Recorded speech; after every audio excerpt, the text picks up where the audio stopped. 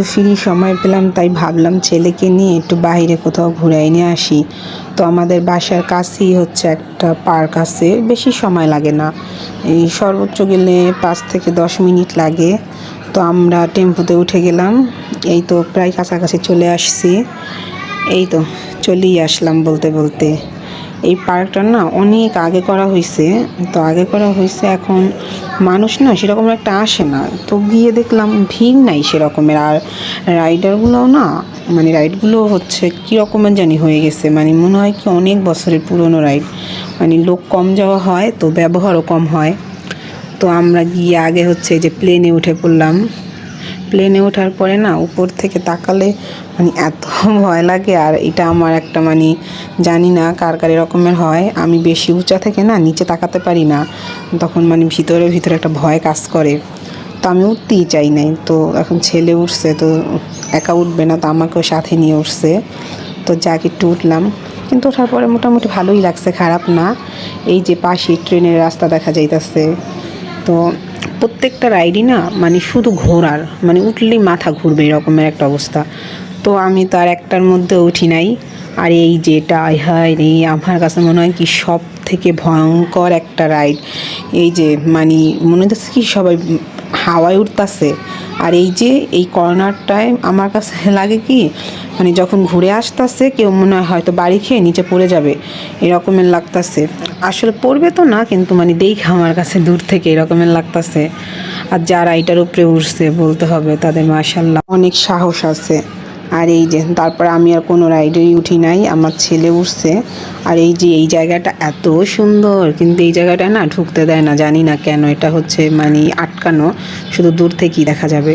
তো তারপর আমি একটু হাঁটাহাঁটি করলাম। আর এই তো সন্ধ্যা হয়ে আসতেছে, সন্ধ্যা আসলে এই যে এই বাতিগুলো হচ্ছে অন করে দেয়, সুন্দর লাগে, মানে ঘুরতে অনেক ভালো লাগে।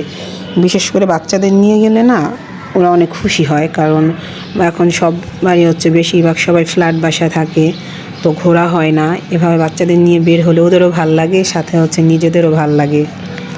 তারপরে ঘোরাঘুরি শেষ করে একটু এই যে খেতে চলে আসলাম। প্রথমে একটা চিপস নিলাম, এই তো ছেলে আমরা বসে বসে চিপস খাচ্ছি। আর এই যে এই পাশে এই বিড়ালটা আছে না, মানে চিপস খাইতেছি, হঠাৎ করে এসে না হাতে থাবা দিয়ে চিপস নিয়ে নেয়, মানে ভয় পায় না যে আমি নিব বা কিছু বলবে। তো ওরও একটু চিপস দিলাম খাওয়ার জন্য। তারপরে হচ্ছে ফুচকা নিয়ে নিলাম। প্রথমে 1 প্লেট নিছি যে আগে নিয়ে দেখি কী রকমের খেতে, পরে দেখলাম না ফুচকাটা অনেক ভালো, পরে আরেক প্লেট নিলাম। ফুচকা হয়েছে খাইতেই হইব, এটা হচ্ছে একেবারে মাস্ট। তো বিড়ালটা বসেই আছে, ভাবতেছে ওর একটু কিছু কিনে দেই। তো একটা কেক কিনে দিলাম। এখন নিয়ে না কেকটা হচ্ছে মানে চাইটা চুইটা রাইখা দিছে, কেক খায় না। পরে ভাবলাম শুধু শুধু একটা কেক কিনে দিলাম, আগে অল্প একটু ভাইঙা দেখতাম ও খায় না কি, নয়তো আমি খাইতে পারতাম। এখন আমি ভাবলাম যে ফুচকা খায়, চিপস খায়, এ আবার কেক না খাইবো। পরে হয়েছে কেকটা ভাইঙা দিলাম, দেখি না ভাইঙা দেওয়ার পরে এখন কি সুন্দর সে খাইতাছে। মানে তারে ভাইঙা সুন্দর করে সার্ভ করতে হইব, সে রাগ করছে, তারকে হচ্ছে এভাবে দিলে সে খাবে না। এই তো ভেঙে দিছি, এখন সুন্দর চুপ করে খাইয়া উঠলো। মানে সেও বুঝে যে না, তাকে আপ্যায়ন করতে হবে। এই তো সে কেক খাইতেছে, আর আমরা হচ্ছে এই যে বসে বসে দেখতেছি। তারপরে হচ্ছে একটা আইসক্রিম নিয়ে নিলাম। মূলত আসলে আইসক্রিম খাওয়ার ইচ্ছা ছিল না ঠান্ডার মধ্যে, আসলে কি এই কৌটাটা আমার অনেক ভালো লাগছে আইসক্রিম খাইয়া।